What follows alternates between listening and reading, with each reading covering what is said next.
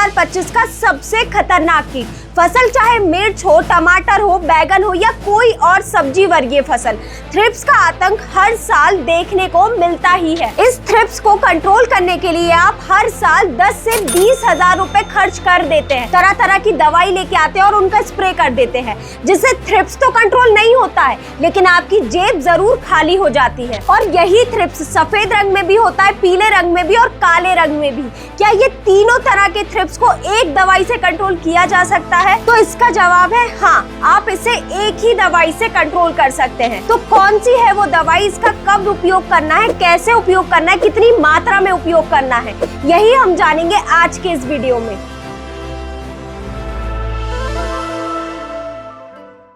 नमस्कार किसान भाइयों, स्वागत है आपका कात्यायनी ऑर्गेनिक्स के यूट्यूब चैनल में। किसान भाइयों, हम हर दिन हर एक फसल की जानकारी लेके आते हैं, जिसमें आपको फसल में उपयोग किए जाने वाली खाद, दवा और रोग और कीट को कैसे कंट्रोल करना है, ये जानकारी आप तक पहुंचाते हैं।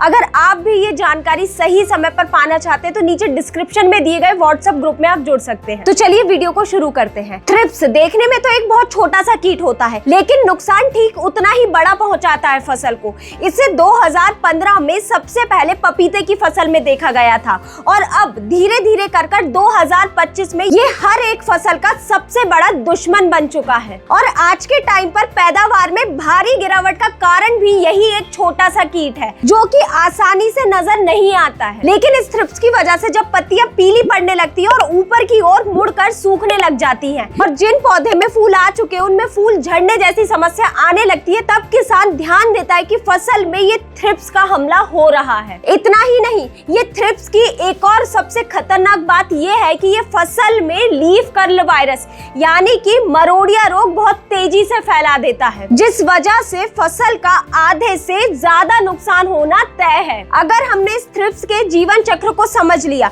और जान लिया कि कौन सी स्टेज सबसे ज्यादा नुकसान पहुंचाती है फसल को, तो हम उस स्टेज के आने से पहले ही थ्रिप्स को कंट्रोल कर लेंगे। थ्रिप्स की मेनली 4 स्टेज होती है: एग, निम्फ, प्यूपा, एडल्ट। और सब किसानों को लगता है कि ये थ्रिप्स की सबसे ज्यादा एडल्ट स्टेज फसल को नुकसान पहुंचाती है, लेकिन असल में ये थ्रिप्स की निम्फ स्टेज सबसे ज्यादा नुकसान करती है फसल को। ये निम्फ स्टेज पौधे की पत्तियां, फूल और तने का रस चूसती हैं, जिससे पत्तियां ऊपर की ओर मुड़ी हुई और टेढ़ी मेढ़ी दिखाई देती है। तो इस निम्फ को कंट्रोल करना बहुत ही जरूरी हो जाता है, खासकर इस बारिश के मौसम में, क्योंकि इस टाइम पर ये निम्फ की जनसंख्या बहुत तेजी से बढ़ना शुरू हो जाती है और ये लंबे समय तक फसल में मौजूद रहती है, क्योंकि इस टाइम पर लगातार मौसम में उतार चढ़ाव होते रहते हैं, जिस वजह से वातावरण में लगातार नमी बनी रहती है और यही थ्रिप्स को सबसे ज्यादा बढ़ावा देती है फसल को नुकसान पहुंचाने के लिए। तो किसान भाइयों, ये जानकर हमने समझ लिया है कि हमें निम्फ स्टेज को ही आने से रोकना है फसल में, तभी जाकर ये निम्फ से एडल्ट नहीं बन पाएंगे और यही एडल्ट आगे चलकर फसल में अंडे नहीं दे पाएंगे, जिससे ये थ्रिप्स की जनसंख्या पूरी तरह कंट्रोल हो सकती है। तो ये हो गई थ्रिप्स के जीवन चक्र की बात। लेकिन अब ये जानते हैं कि ये थ्रिप्स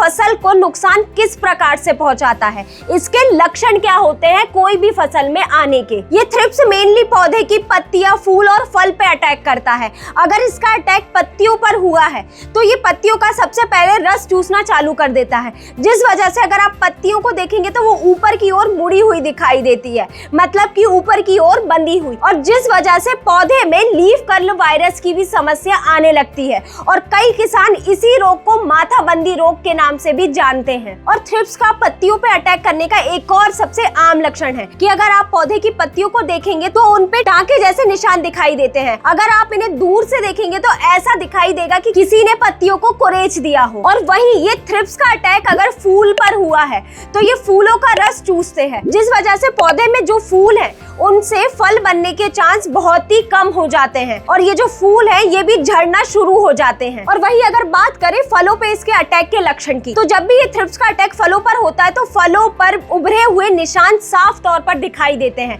जिससे आप आसानी से पता लगा सकते हैं कि फसल में थ्रिप्स का अटैक हुआ ही है। तो अब बात करें इसको कंट्रोल करने की। किसान कई सालों से थ्रिप्स को कंट्रोल करने के लिए तरह तरह की रासायनिक या फिर कहे तो केमिकल इंसेक्टिसाइड का लगातार उपयोग कर रहा है, जिस वजह से ये थ्रिप्स की रेसिस्टेंट पावर इतनी बढ़ चुकी है कि इन कीटनाशकों का कोई भी असर नहीं होता है थ्रिप्स के ऊपर, फिर चाहे आपने कितनी ही महंगी दवाई क्यों ना उपयोग की हो। तो इन सभी समस्याओं को देखते हुए आज मैं थ्रिप्स के नियंत्रण के लिए ऐसी 2 कीटनाशक के बारे में बताऊंगी जो बहुत ही प्रभावी रूप से इस थ्रिप्स को कंट्रोल करेंगी। और ये दोनों ही कीटनाशक ऑर्गेनिक हैं। आप ये दोनों में से किसी एक कीटनाशक को उपयोग में ले सकते हैं, आपको निश्चित ही अच्छा रिजल्ट देखने को मिलेगा। अब आपके मन में ये आ रहा होगा कि ये ऑर्गेनिक कीटनाशक है, ये उतने अच्छे से काम नहीं करेंगी, आपको रिजल्ट नहीं देखने को मिलेगा। लेकिन ऐसा बिल्कुल नहीं है। ये वो कीटनाशक है जिन्हें आज के टाइम पर 10,000 से ज्यादा किसान अपनी फसल में उपयोग कर चुके हैं और रिजल्ट उन्हें बहुत ही बेहतरीन देखने को मिले हैं। तो किसान भाइयों, हम थ्रिप्स को कंट्रोल करने के लिए कीटनाशकों का तो उपयोग कर ही रहे हैं, लेकिन हमें एक बात और ध्यान रखना चाहिए कि जब फसल में थ्रिप्स का प्रकोप दिखे तो हमें उस टाइम पर यूरिया का उपयोग करना बंद कर देना है। क्योंकि यूरिया से क्या होता है, जब भी हम फसल में यूरिया देते हैं तो पौधे में हरापन बहुत तेजी से आता है और यही हरापन मेन आकर्षण का केंद्र बन जाता है थ्रिप्स के लिए। तो मतलब जब भी आपकी फसल में थ्रिप्स का प्रकोप दिखे तो आपको यूरिया देने से बचना है।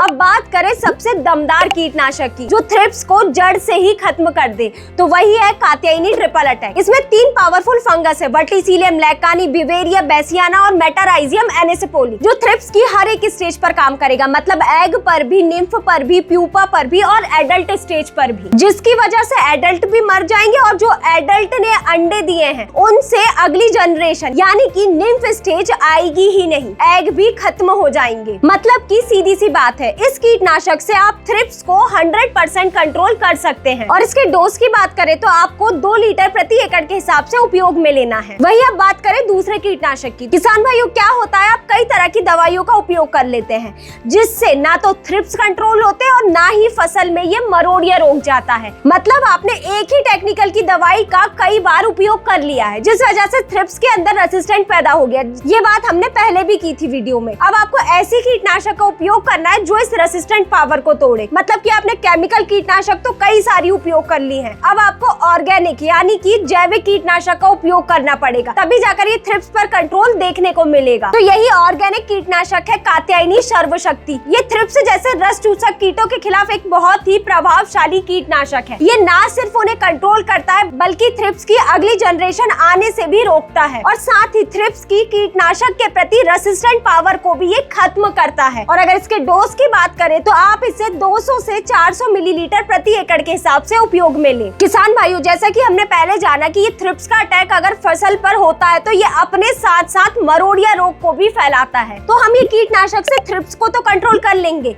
लेकिन पौधे के अंदर जो मरोड़िया रोग फैल चुका है उसे भी कंट्रोल करना उतना ही जरूरी है। तो इस मरोड़िया रोग को कंट्रोल करने के लिए हमें कात्यायनी एंटीवायरस का उपयोग करना है। ये जिन पौधे में वायरस फैल चुका है उन्हें ठीक करने में मदद करता है और जिन पौधे में वायरस के आने का खतरा होता है उन्हें भी पूरी तरह प्रोटेक्ट करता है, जिस वजह से नए पौधे तक वायरस पहुंच ही नहीं पाता। और इसके डोज की बात करें तो आप 500 ml प्रति एकड़ के हिसाब से उपयोग में लें। तो किसान भाइयों, ये थी जानकारी कि फसल में आए थ्रिप्स को कैसे कंट्रोल करना है, इसके लक्षण को कैसे पहचानना है, इसका जीवन चक्र क्या है और इसके लिए कौन सी कीटनाशक का उपयोग करना है। अगर आपको ये जानकारी पसंद आई हो तो वीडियो को लाइक करें और चैनल को सब्सक्राइब करना ना भूलें। धन्यवाद।